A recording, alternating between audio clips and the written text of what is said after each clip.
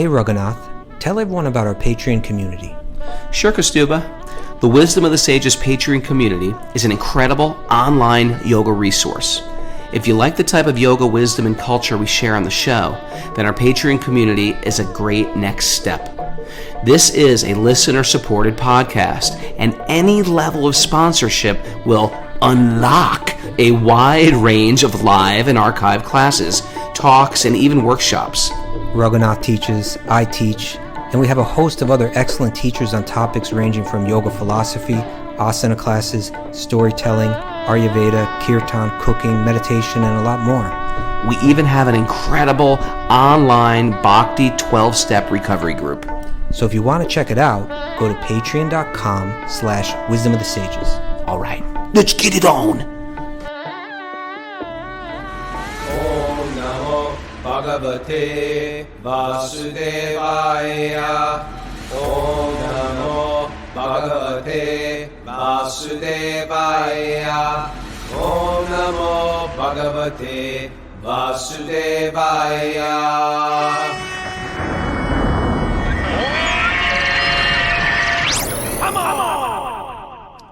Live from Berlin, this is Wisdom of the Sages, a daily yoga podcast with your host, Raghunath, and co-host and senior educator at the Bhakti Center in New York, Kaustubha. Welcome to the show, everybody. Welcome to Deutschland. Ja. Alles klar? Herr Kommissar. Kommissar. We're here in Germany. I love Germans. I love Germany. I love Germans. And it's Q&A day. If you're listening to this on Facebook, we do this every Saturday. We take questions from all our listeners. We try our best to answer them. And we do that for the next hour. And tomorrow's interview day, our good friend and incredible songwriter Kaylee's on the show. That's right. And yeah, we're excited. And we have a lot of people here. I'm doing a little program at the ashram here in Berlin. And they're all Zoomers, actually. Everybody here is Zoomer. We got the whole posse here. Tomas is here, okay. And Vivi flew in, and nice. Narayani's here, and even Jiva G Life Coaching, one of the heads of our 12-step recovery program. If you're new to the show, we have a Bhakti-oriented 12-step recovery program. It goes hand in hand with Bhakti philosophy, but instead of saying the higher power, we say, sweet baby Krishna. Is our higher power. So if you're interested in that, you could check that out at wisdomofthesages.com. We could tell you how to join that. And a big thanks to all our Patreons. This is a community supported podcast. And I really want to give a hearty shout out for everybody who contributes. That's how we can afford to do this.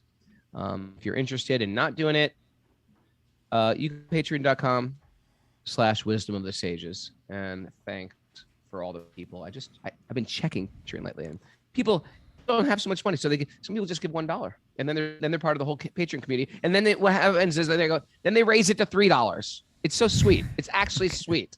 You know what I mean? So thank you guys. I really appreciate that. And anything else you want to mention? Are you going to be dropping into it tomorrow, or is it just me? It's just you. It's just you. Man, Stu was leading the. It always comes out better when it's just you, I've found. People are like, man, what a great show today. And I was like, yeah, I wasn't on it. And they're like, oh, yeah, I was wondering why it just went so smooth. No, we like it was somebody yesterday. Like, oh, my God, that I was like, well, what show do you? They're like, I love your podcast. I was like, really? What?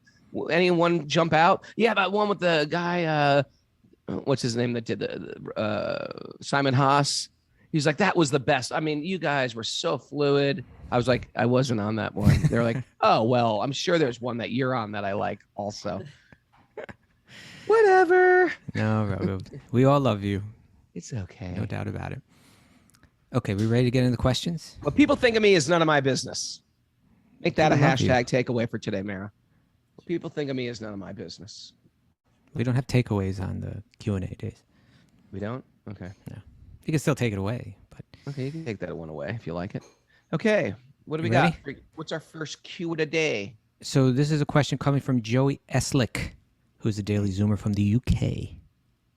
He's from the UK, huh? Mm-hmm. Are you going to do any live program? You're going to be in the UK real soon, right? Yeah, I'm doing something on the 13th, which is a Monday night. We're doing me and Radhika Raman. In the UK. Where? Yeah. Radhika Ranjanan. I'm sorry. Radhika. Where's it in going the to be? UK? Where in the UK? I mean, that's a large area. Where? I don't It involves different islands and things like that. Yeah, you know what? I'll announce it. It's not this Okay. Monday. It's in London? Monday. It's the following Monday. Is it in London? It's in London, yeah. Okay, that narrows it down a bit. Okay. Yeah. So this from Joey Eslick. He writes in this for Rogan, please accept my humble obeisance. I have a question about reincarnation. I understand. People look towards me as the reincarnation guru, I find. You ever notice that? I haven't. Not at all. You haven't noticed that? Okay. No. Maybe I just made that up. Okay. We haven't been getting a lot of stories in, have we, Mara? Of children, crazy stories. Maybe they're rarer than we think, Raghunath. Okay, I'm going to put it out there one time. We want to have a special for our 600th episode. We want to have creepy reincarnation stories from children. Like if you've ever had a child, generally under 4, who talks about their last life. We got to, and we may need you to make some up because we might have to make it up. If not, I will. It won't be a best 600th show if we don't get some. We need this to be a good show, so embellish. You can embellish a little. Okay.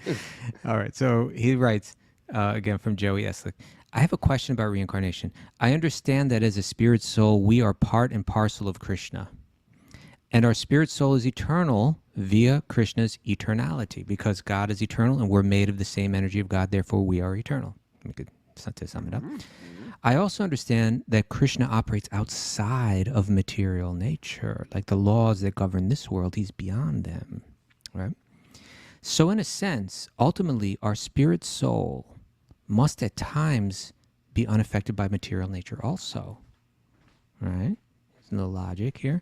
That being said, during the process of reincarnation, Krishna operating outside of material nature, such as linear time, is it possible that we can be reincarnated in the past as well as... That's like that Star Trek episode where they all went back to like Nazi Germany, or they came back as like Al Capone. You never saw those old Star Treks? No. I mean, I didn't know they went to Nazi Germany. There was one where they came back as Al Capone, I think, in the 40s or something like that. Well, there was that famous story by Ray Bradbury, too. Do you know that one? Where, like, they're doing Martian tours. Chronicles? I don't know if it was the Martian. I think it was the Illustrated Man, one of those. Okay.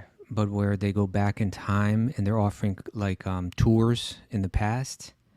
It's kind of like tourism, and you go into the past. Oh, yeah.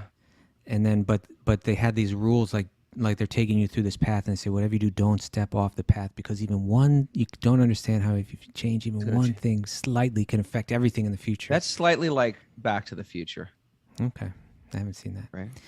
Okay. You never saw Back to the Future? No. What? It's all right. Mara, come on. We're squirreling now. Now let's get right back into this, okay? Back into it. Joey Eslick, I don't like your math. Yet. We're not done yet. Whoa, that was heavy. That was heavy, though. I don't like your math. That was whoa. Let's complete the question.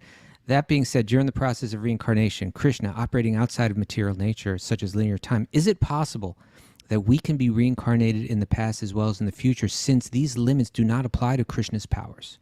Or is there a demigod that handles reincarnation who is limited by linear time? Please forgive me for any limited understanding that may have wasted your time.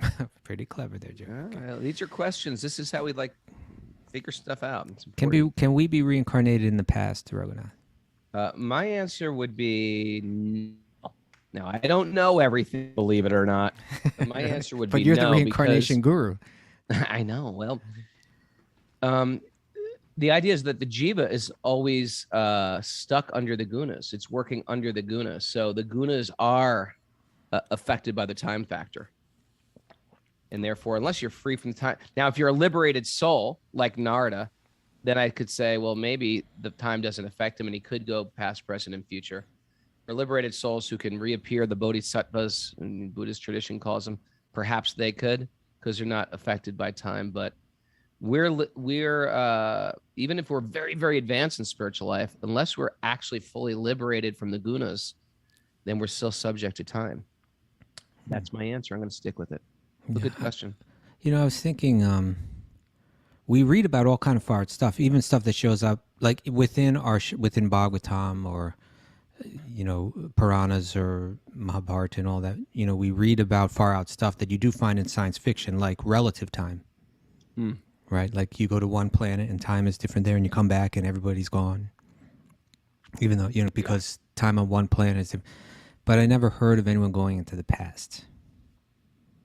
Can't recall ever reading anything like that, right?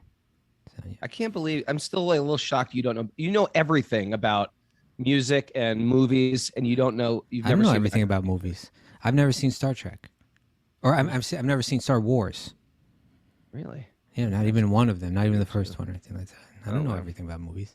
Okay. Back to the Future. It's very interesting.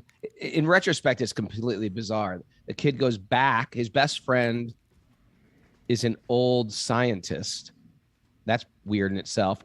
And they go back in time, and he ends up dating his mom. It's really, in retrospect, the whole thing is weird. Right, okay. Mara? He dates his mom. It is weird. Right? Well, that's like what we were saying about Rocco. It made sense at the time. It's like, yeah, he's going to date his mom. His best friend's an old man. Okay, let's go on with this. All right. That means you asked me a question. Oh, that means I asked you a question. Yeah, this is from Andrej. Andrej, which could be Andre. Maybe this J if you read the first sentence. If you read Andrej from Croatia via email. Hi, my name is Andrej, pronounced Andre. That's a Christian miracle. From Croatia. I'm 32. I'm an audio video producer, father and husband. I'm very thankful for your show. My wife and I have been following it as others. If you don't know what another is a person who's not on Zoom, that they're out there, but we just don't know them. So they're others. They're listening for more than a year, and it helped us in great times of need and made joyful times more joyous. Well, that's nice to hear. That was very sweet, Andre. Great thanks to all of you, Mara, Kaustubha, Raghu, Prabhus, and the lovely community. I'll go straight to the point here. Okay. It revolves around chapter 3, verses 314 to 21 from the Bhagavad Gita. Mm-hmm. Excuse me. The main verse I want to talk about is 317. Here it is. But for one who takes pleasure in the self, whose human life is one of self-realization, and who is satisfied in the self only, fully satiated, for him, there is no duty. Mm-hmm. So it feels like figuring out what is the pleasure of the self is essential to understanding the chapter and for the process of Bhakti Karma Yoga to work. The question is, how do we practically take pleasure in the self? What does it actually mean for everyday life? And what can we do to get more out of it? And please don't hesitate to correct me if I've got something wrong. I'm a layman at best, and your inputs and corrections are very much appreciated. I'm asking about this because I see that I kind of get into the process described in the verses before, being situated in acts of sacrifice by performing prescribed duties. But I can't keep it up for long periods of time since it's all kind of becomes dry after some time, leading me back to sense gratification. I'd like to substitute sense gratification with the satisfaction of the self, since karma ain't really that fun. Now I just got to figure out what satisfaction of the self is, and I'm kind of hoping you can help me get there. That's a great question. Thank you, Andre from Croatia. Okay, thank you to your wife for listening. Thank you to your wife, too.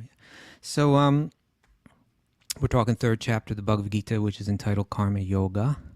And the verse that Andre brings up is an interesting verse. Let's understand it in context, right? Krishna says, for one who finds complete, he has it right here, right? But for one who takes pleasure in the self, whose human life is one of self-realization, and who is satisfied in the self only, fully satiated, for him there's no duty. So the context of this is that the chapter began with Arjuna saying, Krishna, it seems like you're telling me to do two different things here from the second chapter, right? On one hand, you're telling me to be a yogi. On one hand, you're telling me to be detached. Understand that I'm not the body. let go of desires for bewilderment from objects of the senses and things like that. Be peaceful, and detached. And on the other hand, you're telling me to fight this battle. It seems like you're telling me to do two different things. Do you want me to be a yogi, or do you want me to be a man of the world? Which one is it?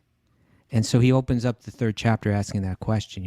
It sounds like you're giving me two instructions here. Could you please clarify this? Give me one instruction. And then Krishna begins to describe that, Arjuna, in essence, what he's describing is, Arjuna, your idea of what a yogi is somewhat like stereotypical. It's somewhat superficial, right? That the yogi is that person that wanders off and is sitting alone in the forest, very peacefully meditating alone, right? Having given up their social duties in life, having given up being fathers and mothers and husbands and business people, and in that all those social roles, I left them all behind. I wandered out to the forest. I gave up all my duties, and I sit here peacefully and meditate. You seem to think that that's the only real yoga out there. But what I'm telling you is that there's another way to practice yoga, and that's called karma yoga, wherein you engage your actions. And here by actions, we really mean those social roles that we play in life. You make them part of your practice. And Krishna's advising Arjuna that this is the path for you. This is the path that you're qualified to perform. This is a path that's real and substantial, and there's no pretension in it. It's effective and it's genuine for you. And so, like, for instance, in text 6 and 7 of the third chapter, Krishna says, and this is real important, he's trying to warn him against being superficial in his understanding of yoga. He says, one who restrains the senses of action, but whose mind dwells on sense objects, certainly deludes himself and is called a pretender. On the other hand, if a sincere person tries to control the active senses by the mind and begins karma yoga without attachment, they are by far superior. Okay, so he's saying most of us don't have the qualification to just leave everything behind and sit down and meditate. If we tried it, we might even be able to do it externally, but internally we're still meditating on the same things because we have attachments. Or you could say it this way, because we haven't found complete satisfaction in the self, because we, as being said here, because we haven't, we're not fully satiated finding happiness in our own true nature. So Andre is asking, what is that satisfaction of the self? What is that happiness that's coming from within? And there's different terms for it. Gita will use different terms, like Atma Rati or Antasukha, right? Happiness from within. The idea is that by nature we're happy. The soul itself, its nature is Sat Chit Ananda, which means it's eternal, it's full of knowledge, and full of bliss or full of happiness. That's who we are. So how do we get there? You get there by removing everything external from within our consciousness, right? It's kind of like we're distilling our consciousness. We have many attachments that are impressed within our mind. We have many false ideas of who we are impressed within our mind.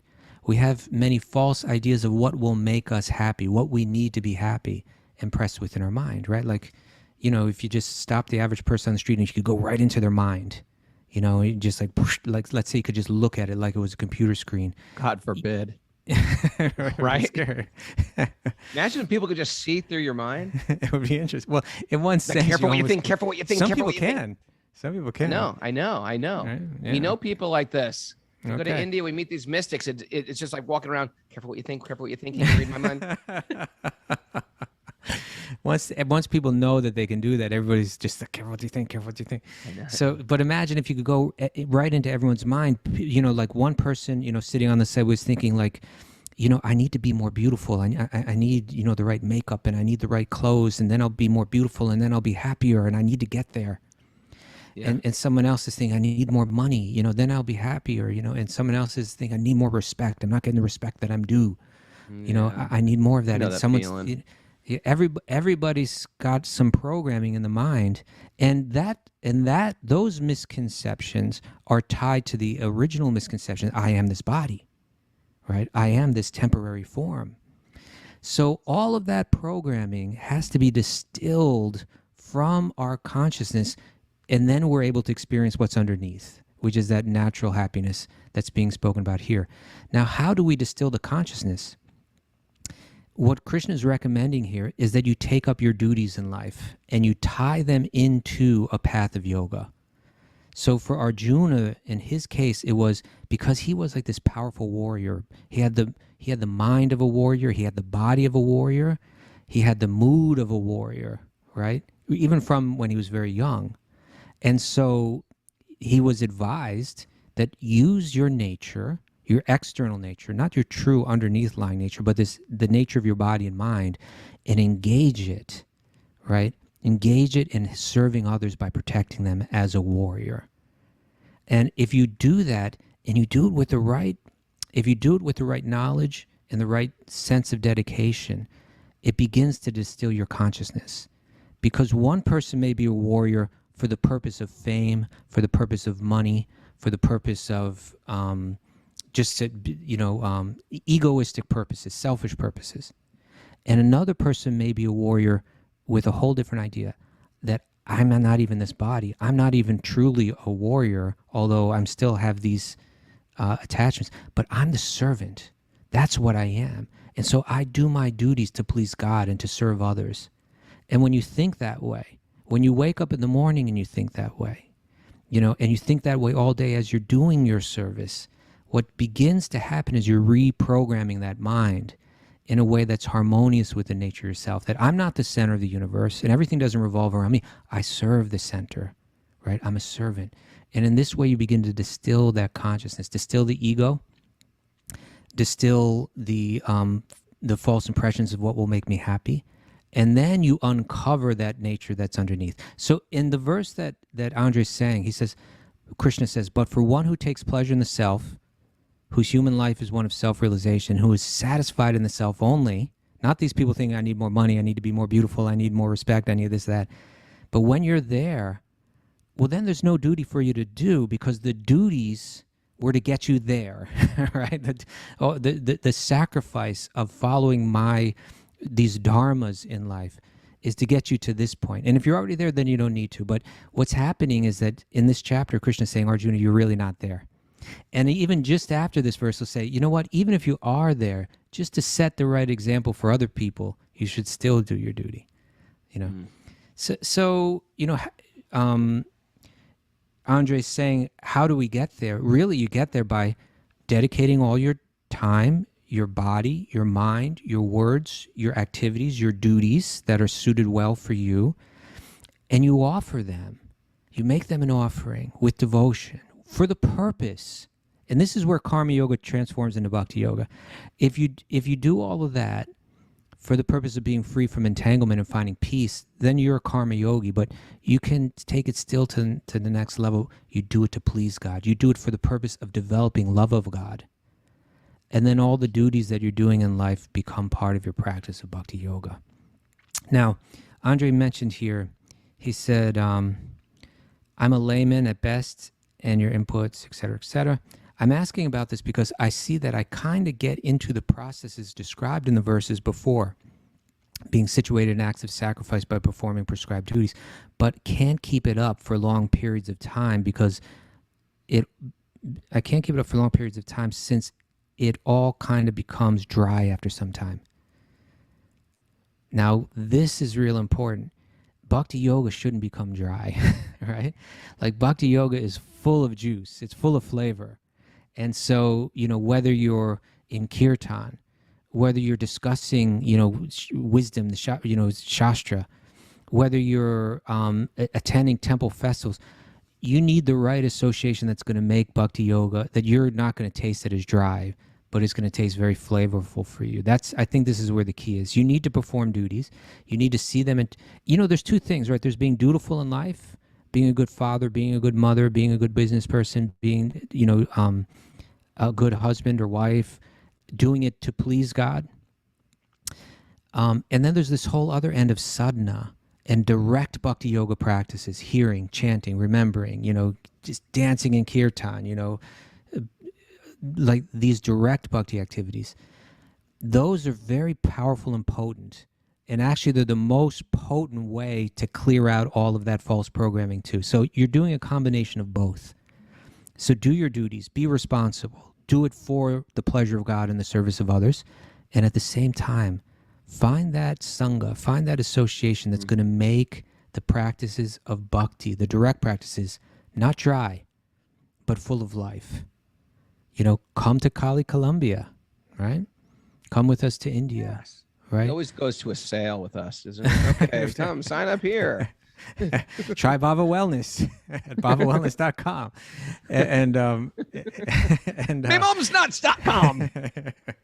Happy Had Girl to say Kitchen. So if you find that right association, the practice, Raghu, has the practice of bhakti ever become dry for you?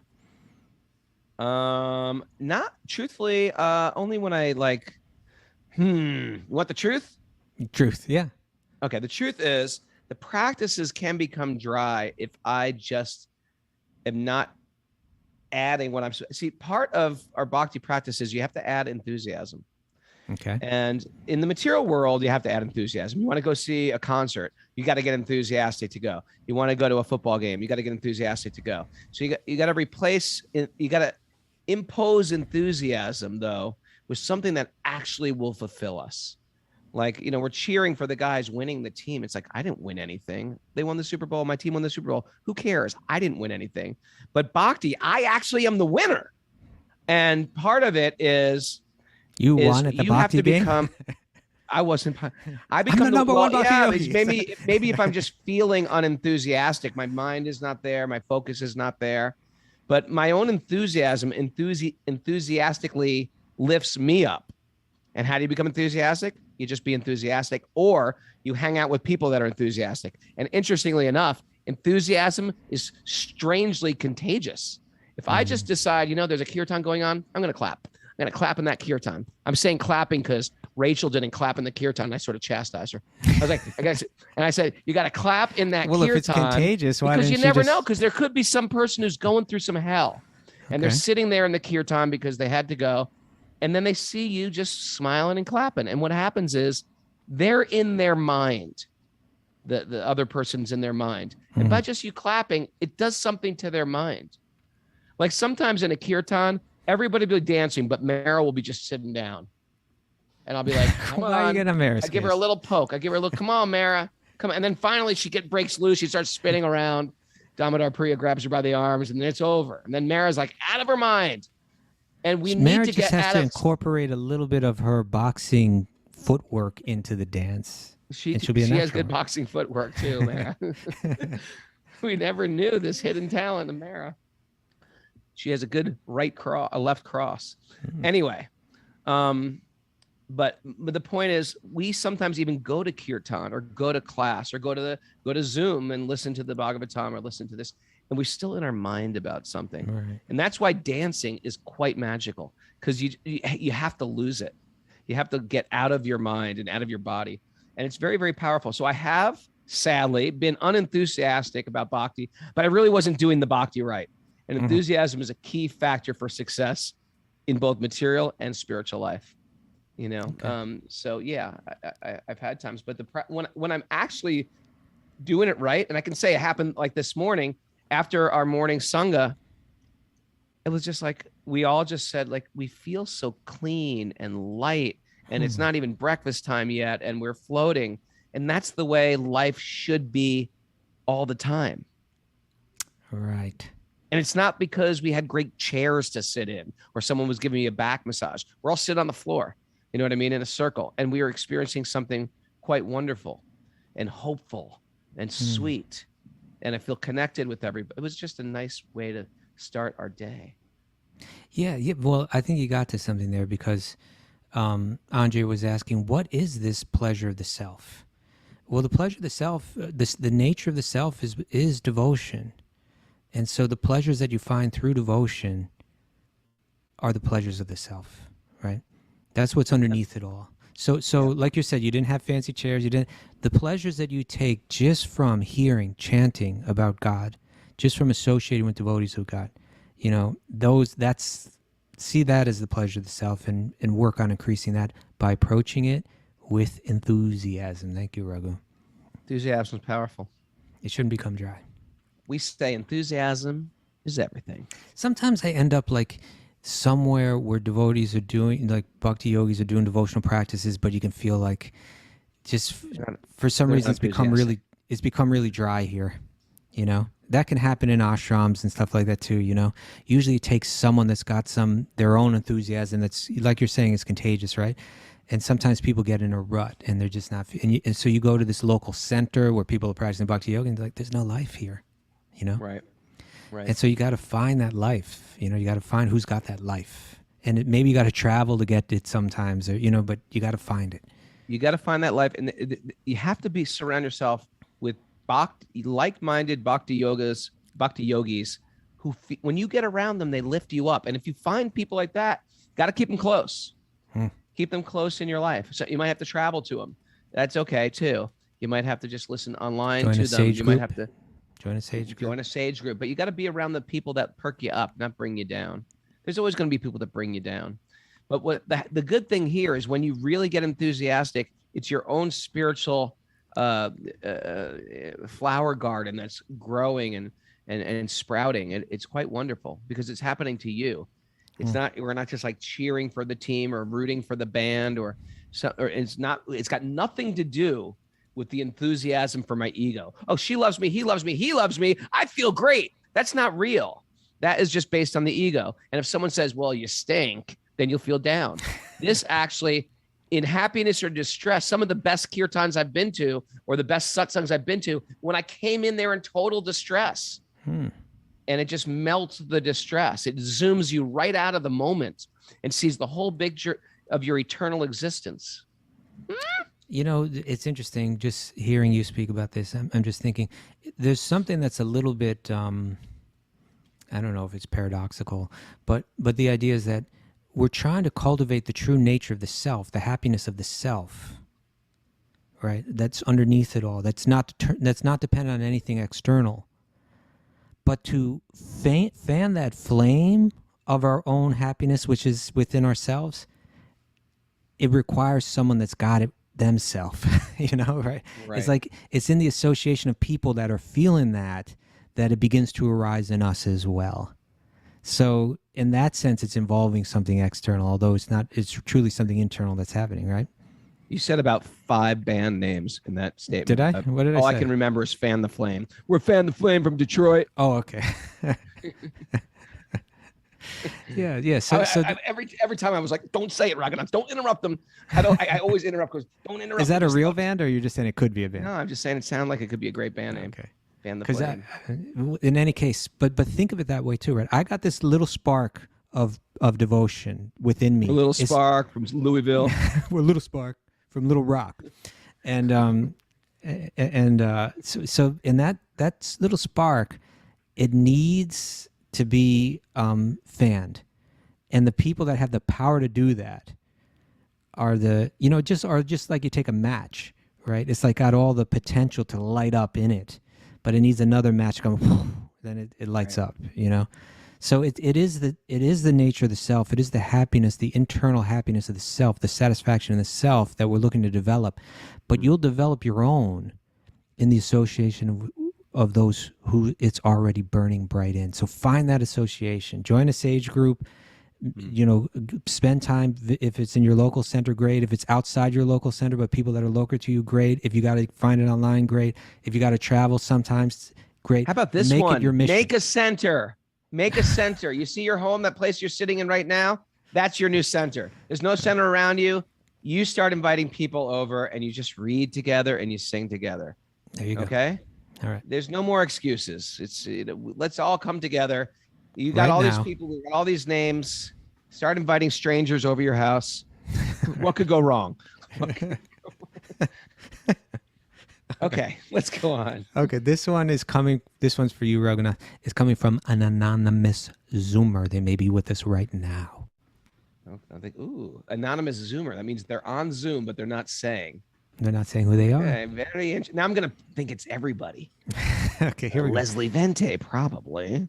Amita, Shaman Andini. Carlos, for sure. All right. Stop speculating. Focus on the question. Here we go. Thank you both for all that you've done for me and countless others. Because of wisdom of the sages, I've been practicing bhakti since Raghu was on Joe Rogan Experience. Bach to Joe. Did it again. And it's absolutely changed my life. I'm at a point now where I want to take shelter and seek initiation. Now, this is an initiation question. He went from Joe Rogan to I'm getting initiated. Yep.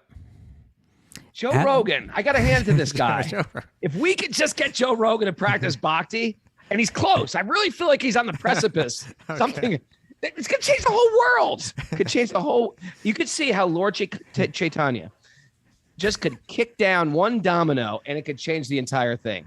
Yeah. It's interesting, isn't it? It is. Okay. You think about it, he's had 3 devotees on his show. Me, struggling devotee, John Joseph, Tulsi Gabbard. Yeah, that's 3. It's pretty amazing. Yeah. Okay. I'm at a point now where I want to take shelter and seek initiation. At my local temple, we are frequently visited by a particular Maharaj, a sannyasi. Particular Maharaj.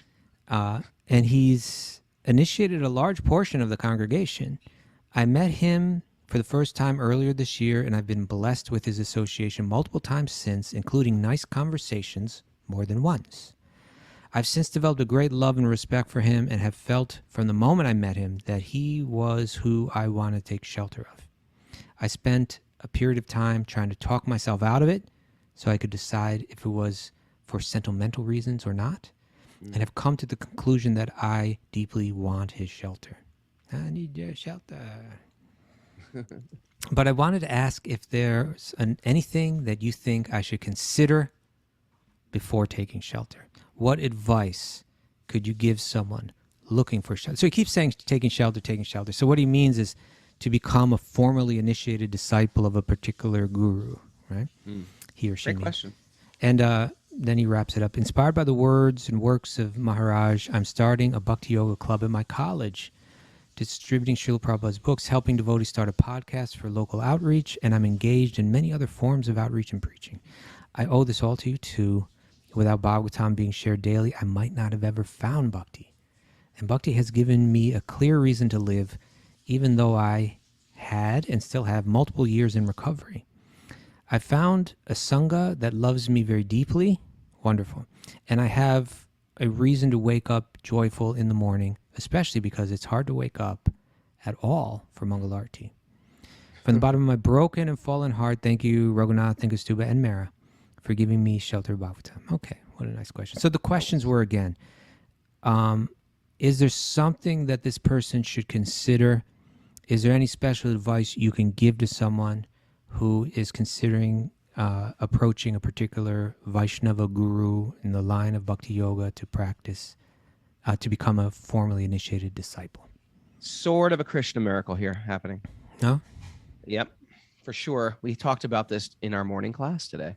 Okay. And we talked back and forth with Satchidananda Swami. And but you forgot the entire conversation. I forgot everything. No, the idea is that truth descends and we have to opt in for it. And if we look at our life, there has been, and the Bhagavatam is like this fluid, like river of truth pouring in. And basically these words of truth come through different people at different times of our life. Some might see it in a parent that helps them with certain facets of truth. Some maybe a teacher, a professor, or a friend, or someone in a spiritual practice, something that like held us on course. And our higher power, our source, is always sending people like that. If we're, especially as we start to tune ourselves in with that, you'll find it more. It's the genuine power of intention. And in our tradition, there comes a time where you actually say, you know what? I'm going to really zip it up. And I'm getting dead serious about my focus. And when people want to become great at something, they get dead serious about their focus. They start to eliminate things from their life that are right. If they are, want to be an Olympic skier, or if they want to be a virtuoso in piano, if they want to be an incredible, or if they want to go to an Ivy League school, they have to start cutting out some of the frivolities of their life that's taking away from their intense focus. The same as with spiritual life. They start to realize, you know what? Okay. I like spiritual life and I like alcohol, but you know what? I'm going to let go of alcohol because it's not helping me at all with my spiritual life. And as a matter of fact, it takes me away from waking up early. I get hungover, and they start slowly cutting things out of our life. And then another big stage is you find someone who, you know what? I like this person. He or she walks their talk. They live with integrity, and I want that person to give me shelter, meaning I want to take shelter, meaning shelter means I got an issue. I'm going through an issue and I don't know what to do. I'm at a fork in the road. What should I do? And I trust this person does not have some agenda except my well-being. And I see how they've lived. I see where they've came from. I've heard their story, and look where they are now. I want that. I want that. I appreciate that, and I want it. And so we find people like that, and then we say, hey, will you take me as your student? And that's an ancient process with finding a guru.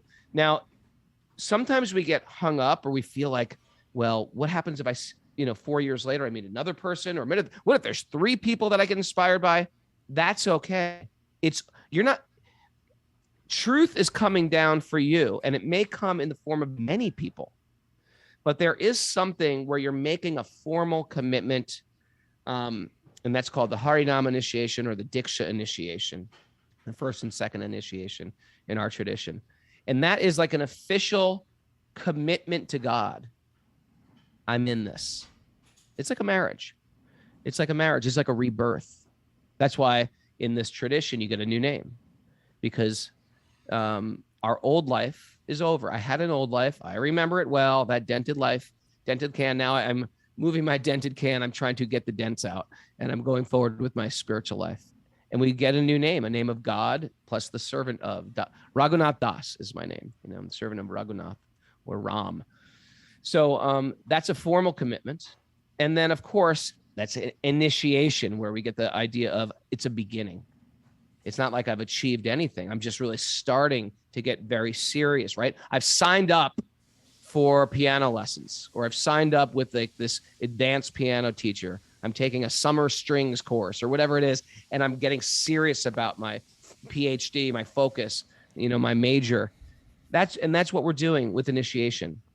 So yeah, it's important to be very serious, and it's important to understand if your teacher is very serious. But you should also understand the real commitment is ultimately to God. It's really because the guru travels in a guru varga, or a clan of gurus. And you'll find in your life, and I've seen my life and Kaustubha's life and Mara's life, that teachers will come to us throughout different phases of our life and instruct us. But the message is the same. And as I get older, it gets more refined. Hopefully we're becoming more refined. So I would say, check in with your own intentions. And it sounds like you were trying to make sure that you weren't just being sentimental about it, meaning based on your senses and your mind. And that comes from oh, this guy has a cute smile. I want to get an issue. This guy's a beautiful beard. I think this is important what you're saying right now as part of your advice. It's not a personality cult, yeah. Right? It's who gives spiritual transcendental messages. And I trust the way they live, their integrity of their life. And I want to hear from them. And I want to apply what they're teaching to my life. Yeah. So that's what I would say. You examine their life, you examine your life. But our real commitment is ultimately to God. That's why you hear some people, when it becomes a cult of personality, you see that, and this is very famous in all traditions, it's happened in our tradition, is if for some reason something happens with the teacher, and the teacher has a fall down from their position, the student becomes like, oh, I can't believe I've been betrayed. God's betrayed me. Religion's betrayed me. This person's betrayed me. No, we accept that people are human, but they're giving the message of God. And it's that message that I'm really connected to. And instead of hating that person that gave me a lot, but fell away, I pray for that person. I don't become bitter at that person. I thank that person for helping me on the path. And I seek shelter in people who are still trying to follow that path. Why would I hate the person? See, this is another trick of Maya, or trick of illusion, is Maya tricks us to hate on a regular basis. Maya tricks us to hate. So we appreciate what people have given us, and we move forward. And sometimes I have relationships like that I've had since I was like a younger man, and they're still in my life on a regular basis. I'm here with Satchidananda Maharaj from Germany.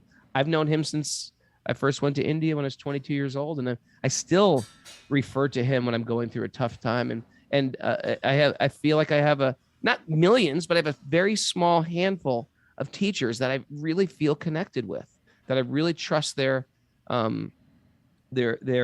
input, and I'll ask them and I'll apply it to my life, and I'm happy for that.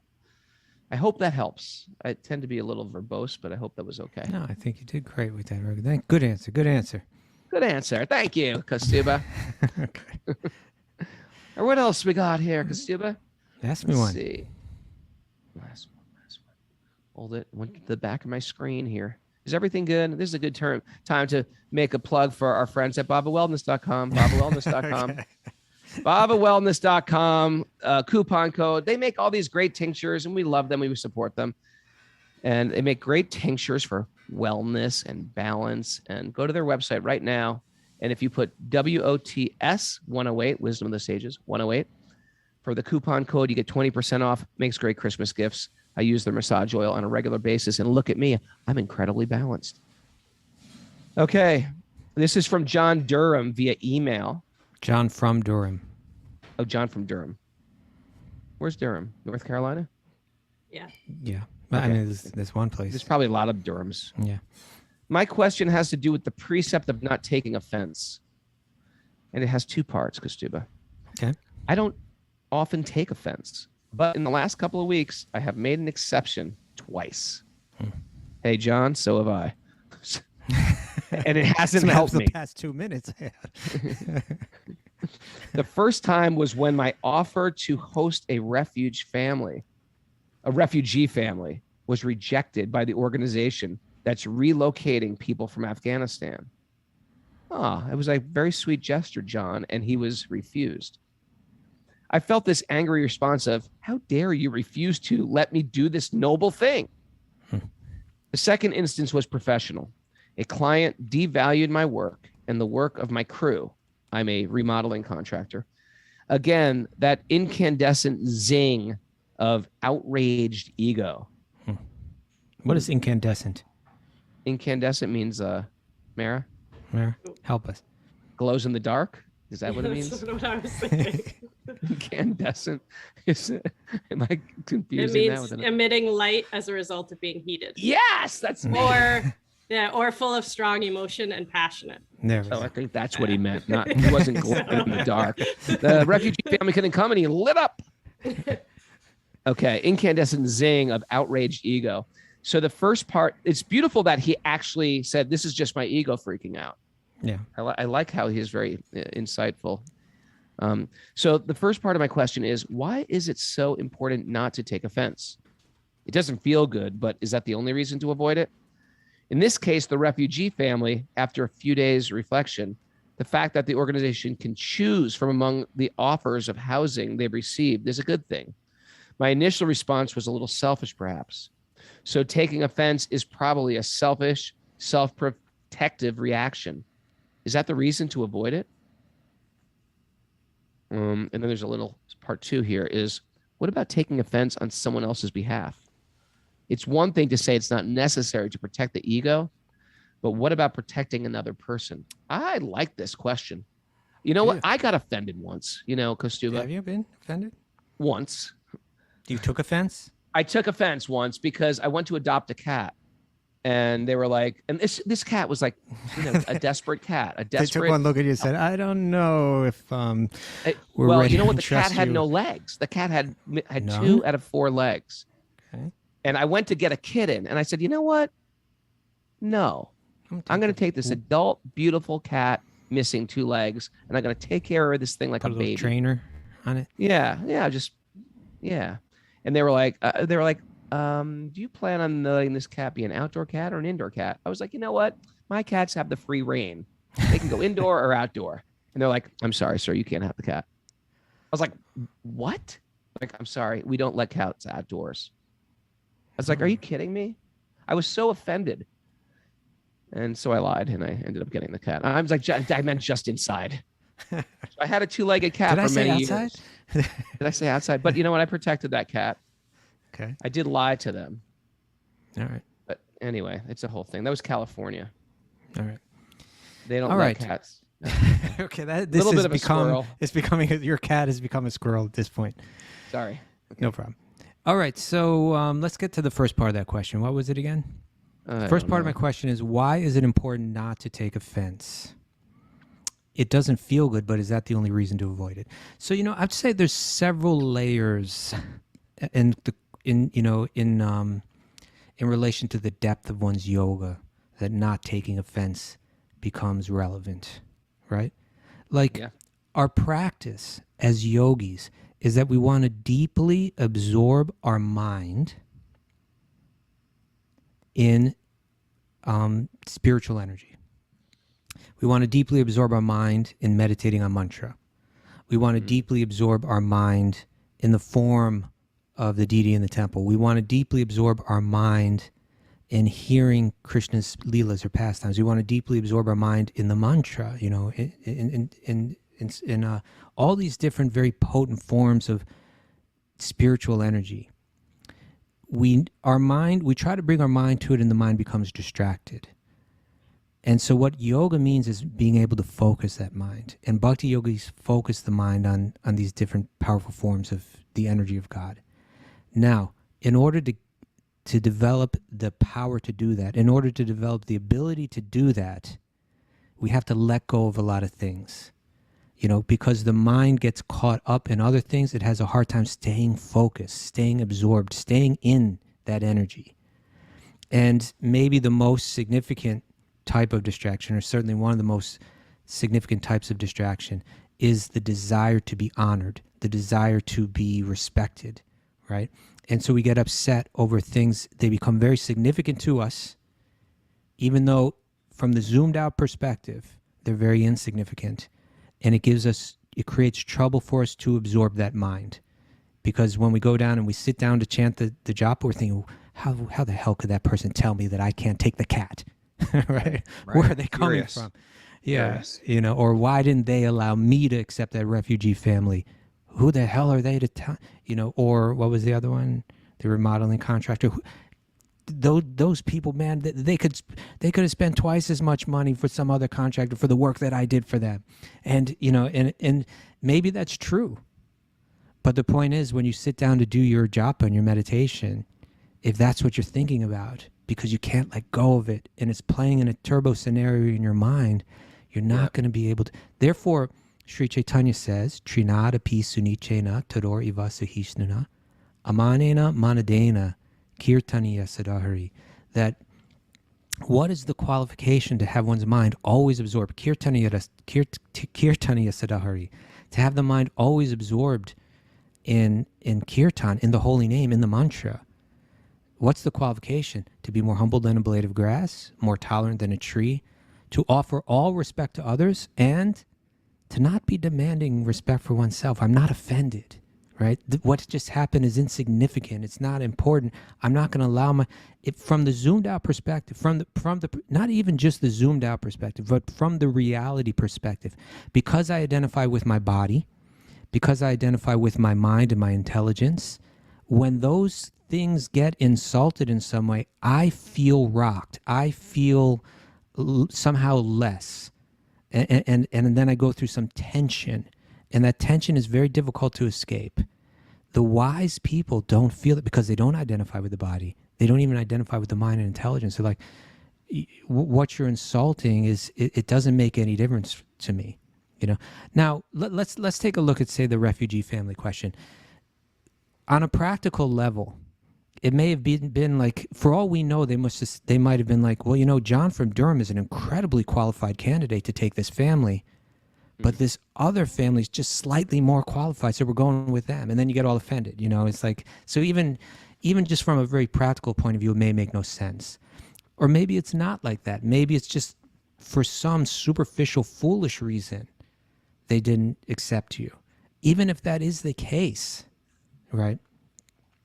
One has to learn to let go of these things, and that feeling insulted. When one is really, it kind of goes back to the question from the Gita.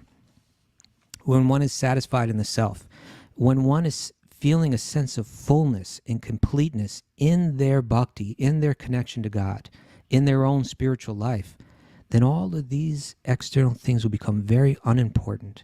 So why is it important that we not become offended? Because we won't be able to focus our mind deeply on spiritual subject matters as long as we're hanging on to all of these illusory conceptions of me and my respect and my prestige and all of that. It's just going to hold us back. And then I would say that even there's another level of depth to it, is that desire for prestige or that desire to be honored, it really gets to the very core of our, like our basic disease, you could say, is that in one sense, we are like a leaf on the tree of God, but we're trying to pretend that we're God ourselves. Our situation as a leaf on the tree is a fantastic situation, right? We're nourished by the tree. We're connected to the tree. We're vibrant when we play the role as one small part of that much greater whole. But we're all here kind of like on our own God project, trying to kind of be the center, trying to be the center of adoration, the center of distinction, and enjoy it, even though that's not how we derive the highest enjoyment. And so the core of our problem is that we've taken on this false body and we're trying to make this body the center of everything. Right at that very core, we have to focus, right? And say, that's not what brings me happiness. I need to let go of the very center of my disease is trying to be God in a sense.